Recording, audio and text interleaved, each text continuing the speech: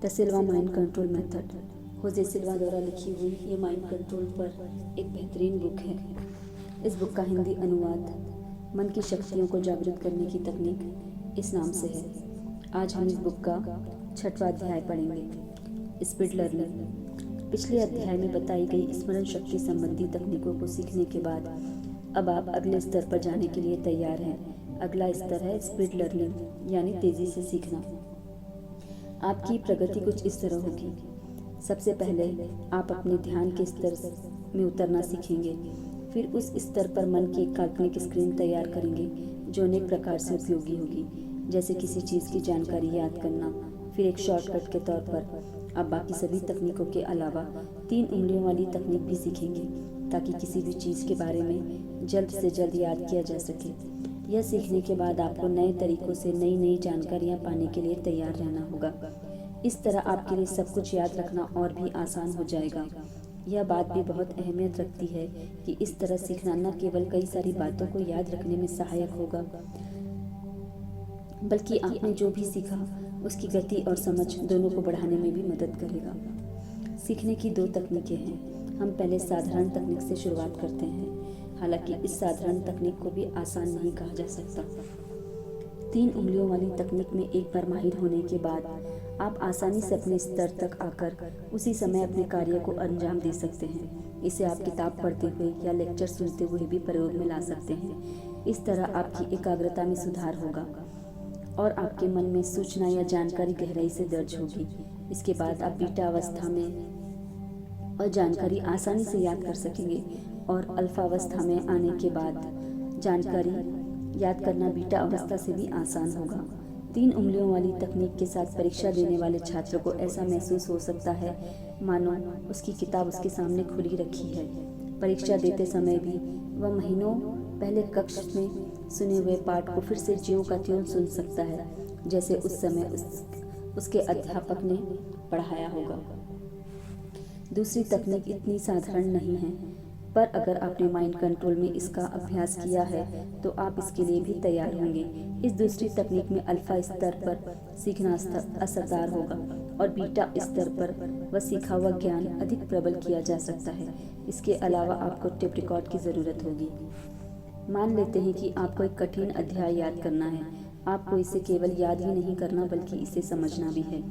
पहले चरण में अल्फा में न जाते हुए बाहरी जागृति यानी बीटा अवस्था में ही रहे। इस अध्याय को जोर से पढ़कर टेप रिकॉर्ड में रिकॉर्ड कर ले। अब अपने स्तर पर जाएं और रिकॉर्ड किया हुआ वह अध्याय फिर से सुने। अपनी ही आवाज़ में यह अध्याय सुनते समय पूरी तरह से एकाग्र हो जाएं। अब मैं आपको बताता हूँ कि माइंड कंट्रोल की आरंभिक अवस्था में क्या होता है। जिस टेप रिकॉर्डर में आपने वह अध्याय अपनी आवाज़ में रिकॉर्ड किया है, यदि आपने उसका अधिक उपयोग नहीं किया है या उस टेप रिकॉर्ड के बारे में आपको ज़्यादा जानकारी नहीं है, तो प्लेबैक का बटन दबाते ही आप अचानक बीटा अवस्था में जा सकते हैं। हो सकता है कि उस टेप की आवाज़ से आपको वापस अल्फा अवस्था में जाना कठिन हो रहा हो। जब तक आप वापस लौटेंगे तब शायद उस अध्याय का कुछ भाग या पूरा अध्याय ही आप छोड़ चुके होंगे। लेकिन निरंतर अभ्यास करते करते यह समस्या कम होती जाएगी। इसके लिए आपको कुछ उपाय दिए जा रहे हैं। बटन पर अपनी उंगलियां रखने के बाद ही अपने स्तर तक जाएं। इस तरह आपको अपनी आंखें खोलकर बटन नहीं खोजना होगा। किसी ऐसे इंसान की सहायता लें जो आपके इशारा करने पर प्लेबैक का बटन दबाएगा। अल्फा में पुनः वापसी के लिए 3 उंगली वाली तकनीक का प्रयोग करें। दरअसल यह समस्या उतनी गंभीर नहीं है जितनी दिखाई दे रही है। यह आपकी प्रगति का संकेत भी हो सकता है। निरंतर अभ्यास करके आप इसमें निपुण होते जाएंगे और फिर आपको अल्फा अवस्था में कुछ अलग सा महसूस होगा। यह आपको बीटा अवस्था जैसा ही लगने लगेगा, क्योंकि आप इसमें सजग रहते हुए भी उपयोग में लाना सीख रहे होंगे। अल्फा अवस्था के दौरान मानसिक स्तर पर पूरी तरह से सजग और जागरूक रहना यह माइंड कंट्रोल का विशेष लक्षण है। जब आप प्रगति कर रहे हो, खुद को अल्फा अवस्था में महसूस कर रहे हो, तो इसका अर्थ है कि आप गहरे स्तर तक यानी शायद बीटा अवस्था में जा रहे हैं। माइंड कंट्रोल कक्षाओं में मैंने अक्सर छात्रों को आंखें खुली रखते हुए गहरी अवस्था में प्रभावी रूप से कार्य करते हुए देखा है। इस अवस्था में वे पूरी तरह से जागरूक होते हैं, जैसे अभी आप हैं वैसे ही। वे एक दूसरे से बातचीत करते हैं, सवाल जवाब पूछते हैं और चुटकुले भी सुनाते हैं। अब वापस आपकी टेप रिकॉर्ड की बात पर आते हैं। उसका अधिक उपयोग होने के लिए कुछ समय बीतने दें, हो सके तो कई दिन बीतने दें। अब बीटा अवस्था में जाकर रिकॉर्ड किया हुआ अध्याय फिर से एक बार पढ़ें और अल्फा अवस्था में उसे सुनें। ऐसा करने से वह अध्याय आपके मन में पक्का हो जाएगा। इस पुस्तक के जरिए माइंड कंट्रोल का प्रशिक्षण लेते हुए आपके साथ अन्य भी कुछ लोग होंगे। समय बचाने के लिए आप सभी को एक एक अध्याय टेप रिकॉर्ड में रिकॉर्ड करने के लिए कह सकते हैं और एक दूसरे को उस रिकॉर्ड किए हुए टेप का आदान प्रदान भी कर सकते हैं। यह तरीका कारगर हो सकता है। हालांकि अगर आप अपनी ही आवाज़ वाली टेप सुनते हैं तो यह आपके लिए ज़्यादा फायदेमंद होगी।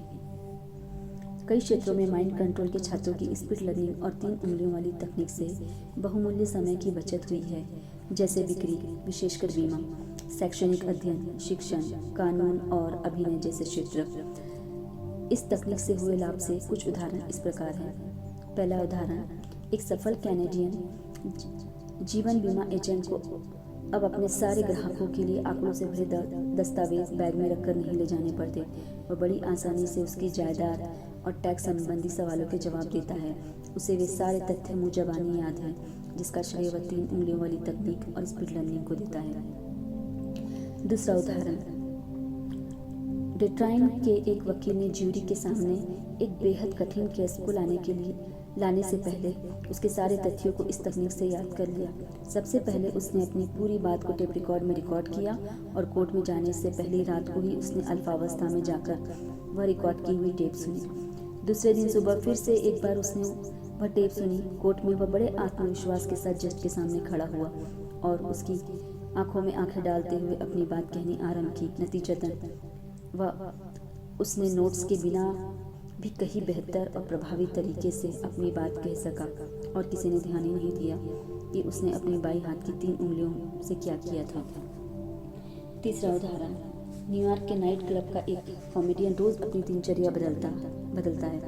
वह न्यूज़ पर कमेंट करता है, अपने शो से 20 मिनट पहले वह अपना रिकॉर्ड किया हुआ टेप सुनता है और उसके बाद 20 मिनट के हास्य से भरपूर शो के लिए तैयार हो जाता है। पहले मैं इस उम्मीद से अपनी उंगलियों को मोड़ता हूँ कि शो अच्छा रहे, पर अब मैं जानता हूँ कि 3 उंगलियों वाली तकनीक अपनाने के बाद क्या होने वाला है। मेरे श्रोता भरपूर हंसने वाले हैं। छात्रों के लिए स्पीड लर्निंग और 3 उंगलियों वाली तकनीक आदर्श तकनीक है। शायद यही वजह है कि आज माइंड कंट्रोल को 24 कॉलेजों और विश्वविद्यालयों, 16 हाई स्कूल और 8 ग्रेड स्कूलों में पढ़ाया जाता है। हमें इस तकनीकों के लिए जो सिल्वा को धन्यवाद देना होगा, क्योंकि इनकी मदद से हज़ारों छात्र कम पढ़ाई करते हुए भी बहुत अधिक सीख रहे हैं।